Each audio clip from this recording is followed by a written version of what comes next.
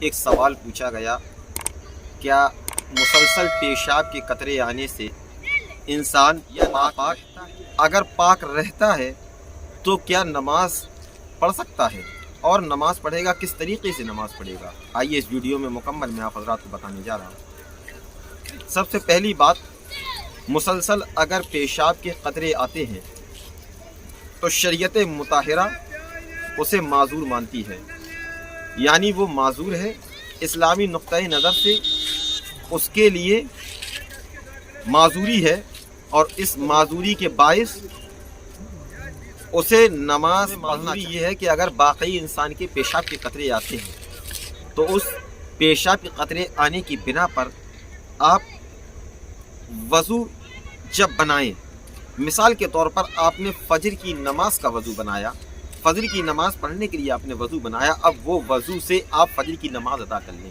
اس کے بعد جب آپ ظہر کی نماز پڑھیں گے تو آپ کو دوبارہ وضو بنانا پڑے گا، اور جب آپ عصر کی نماز پڑھیں گے پھر آپ کو تیسری مرتبہ وضو بنانا پڑے گا، اور مغرب کی نماز پڑھیں گے اسی طریقے سے مغرب میں بھی آئندہ وضو بنانا پڑے گا، یعنی ہر نماز میں الگ الگ وضو بنانا پڑے گا۔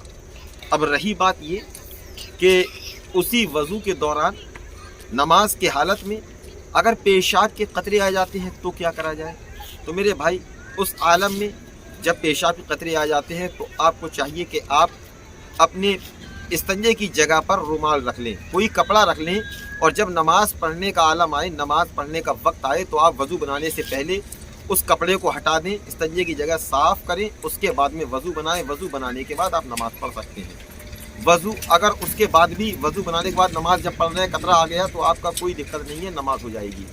لیکن اگر وضو بنانے کے بعد جب آپ نے نماز پڑھ لی مکمل تو آپ کی نماز ہو جائے گی۔ ہاں، وضو بنانے کے بعد اگر آپ کے اندر ایسی چیز پائی جاتی ہے جس سے وضو ٹوٹتا ہے تو آپ کی وضو ٹوٹ جائے گی، لہذا آپ اس چیز کا پرہیز کریں۔ دعا اللہ کی بارگاہ میں پروردگار سمجھنے کی توفیق عطا فرمائے۔ السلام علیکم۔